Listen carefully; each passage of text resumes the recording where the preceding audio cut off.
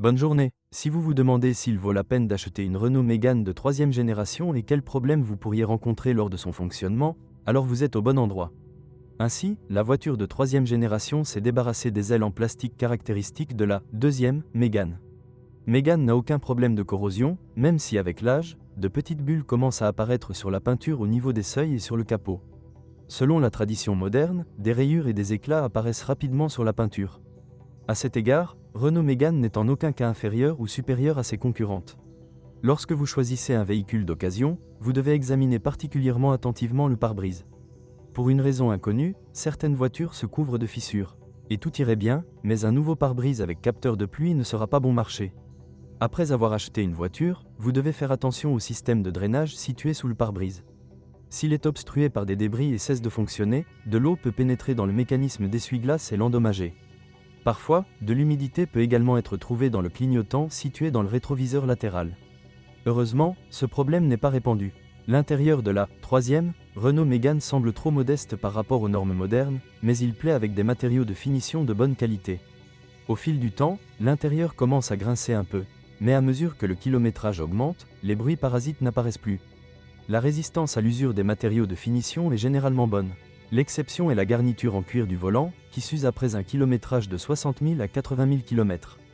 Quant à l'électricité, sur la Mégane de deuxième génération, elle était considérée comme le domaine le plus problématique. La troisième Mégane s'en sort mieux à cet égard, mais est encore loin d'être idéale. Par exemple, une voiture refuse souvent de lire une carte à puce. Vous devez également vous préparer à des problèmes périodiques dans le panneau de commande de climatisation. D'autres problèmes typiques incluent la défaillance de la résistance du ventilateur de chauffage. De plus, de mauvais contacts peuvent nuire au fonctionnement des feux arrière. Cependant, les lumières peuvent cesser de fonctionner pour une autre raison, en raison d'un câblage endommagé allant de la carrosserie au couvercle du coffre. Malheureusement, l'ondulation protectrice dans laquelle se trouve le câblage n'aide pas. Dans ce cas, en plus des lumières, le verrou du couvercle du coffre cesse également de fonctionner normalement. Si vous rencontrez une Renault Mégane avec un moteur diesel et un Bréac sur le marché secondaire, alors il ne fait aucun doute qu'elle nous a été importée d'Europe dans un état d'occasion. Si vous étudiez attentivement les sites européens de vente de voitures d'occasion, vous constaterez que la grande majorité des Mégane diesel vendues ont un kilométrage très élevé. Pendant ce temps, une fois dans notre pays, le kilométrage, pour une raison quelconque, devient nettement inférieur, ce qui suggère qu'avant la vente, ils sont sérieusement ajustés à la baisse. Quant au groupe diesel eux-mêmes, 3 d'entre eux étaient proposés pour la Mégane de troisième génération, 1,5 litres, 1,9 litres et 2,0 litres. Le plus répandu était le bloc 1,5 litres qui, selon le degré de boost, développait de 90 à 110 chevaux. Au bout de 100 000 km sur une Mégane équipée d'un moteur de 1,5 litres, le filtre à particules tombe en panne. Cela est dû en grande partie à notre carburant de mauvaise qualité. Le filtre est obstrué par des particules solides, après quoi il doit être changé, et en même temps l'unité de commande électronique doit être reflasquée. Au bout de 200 000 km, les revêtements devront être remplacés. Au même kilométrage, la turbine a presque complètement épuisé sa ressource. Cependant, si vous respectez l'intervalle d'entretien de 30 000 km accepté en Europe, la turbine durera nettement moins longtemps. Dans nos conditions, l'intervalle d'entretien doit absolument être réduit à 8 à 10 000 km. Si vous choisissez parmi les Mégane diesel, il est préférable de choisir une voiture avec un moteur de 2 litres. Contrairement aux deux autres moteurs diesel, il utilise un entraînement par chaîne pour le mécanisme de distribution de gaz. La nouvelle Mégane officiellement vendue ici nous est non seulement venue de l'usine turque Renault, mais a également été assemblée pendant un certain temps directement dans notre pays. Parmi les moteurs à essence, l'unité de 1,6 litres à 16 soupapes est considérée comme la plus fiable. Ce groupe motopropulseur utilise un entraînement par courroie de distribution. En plus de la courroie, il est nécessaire de remplacer le régulateur de phase. De plus, ce dernier est considéré comme un point faible et tombe souvent en panne aux alentours de 50 000 à 60 000 km. Les problèmes moins graves incluent les démarrages difficiles. Dans la plupart des cas, les bougies d'allumage et le carburant de mauvaise qualité en sont la cause. Il vaut la peine de se préparer à la durée de vie insuffisante du démarreur.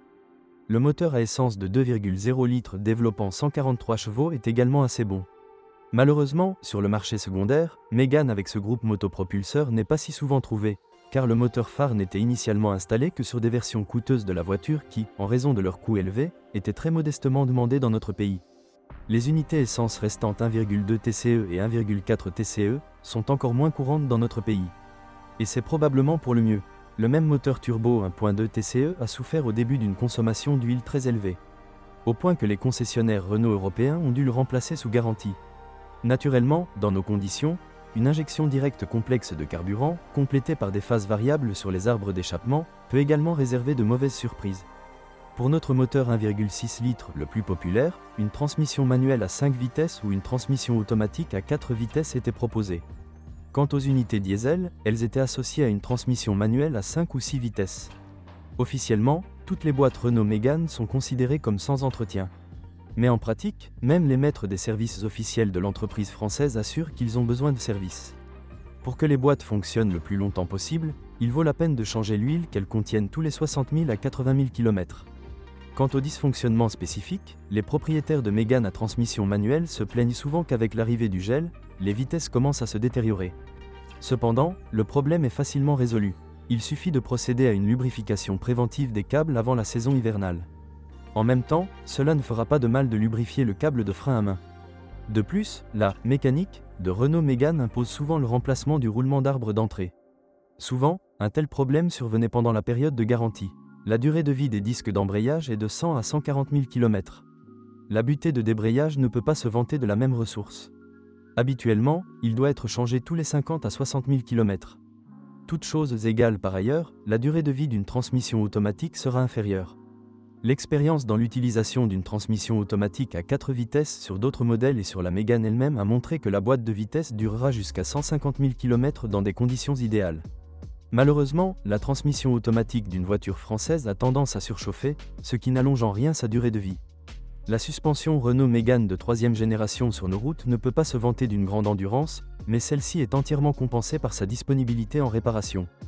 Les ingénieurs français ont utilisé une conception McPherson à l'avant et une poutre de torsion à l'arrière. Les dysfonctionnements typiques de la suspension incluent l'usure des blocs silencieux, des bagues et des jambes de force stabilisatrices. Ces derniers ne durent pas plus de 50 000 km. Les amortisseurs d'origine ont à peu près la même durée de vie. Vers la barre des 100 000 km, les rotules commencent à cogner, les consommables restants peuvent supporter 120 à 150 000 km. Il est intéressant de noter que les problèmes de roulement de support, pour lesquels la Mégane de 2e génération est devenue célèbre, ne sont plus typiques de la 3e génération de ce modèle. Quant à la suspension arrière, la poutre peut être considérée comme éternelle. La seule mauvaise surprise est le coût élevé des disques de frein arrière, qui intègrent des roulements de roues. La direction de la Renault Mégane ne pose pas de problème sérieux. Les extrémités de direction devront être remplacées après un kilométrage de 50 à 60 000 km, ce qui peut être considéré comme tout à fait normal pour nos conditions de fonctionnement. Il n'y a pas non plus de plainte concernant le système de freinage. Pour le propriétaire moyen de Mégane, les plaquettes de frein dureront entre 50 000 et 60 000 km. Les disques de frein devront être mis à jour en même temps que le deuxième jeu de plaquettes. Il n'y a certainement pas lieu d'avoir peur d'une Renault Mégane d'occasion de 3e génération. En termes de fiabilité, ce modèle n'est guère inférieur à ses concurrents allemands, japonais ou coréens. Le design de la Mégane est simple, bien étudié par les mécaniciens, et les pièces de rechange pour cette voiture sont pour la plupart bon marché et presque toujours en stock. Vous pouvez regarder de plus près une Renault Mégane d'occasion de 3e génération si vous avez 250 à 270 000 km. Parmi les exemples les plus abordables, il existe de nombreuses voitures équipées d'un moteur diesel de 86 chevaux. Il est intéressant de noter que la Mégane de 3e génération la plus chère est également généralement équipée d'un groupe motopropulseur diesel sous le capot. Si vous êtes propriétaire, assurez-vous de laisser un commentaire sur cette voiture, votre avis aidera certainement les autres à choisir une voiture.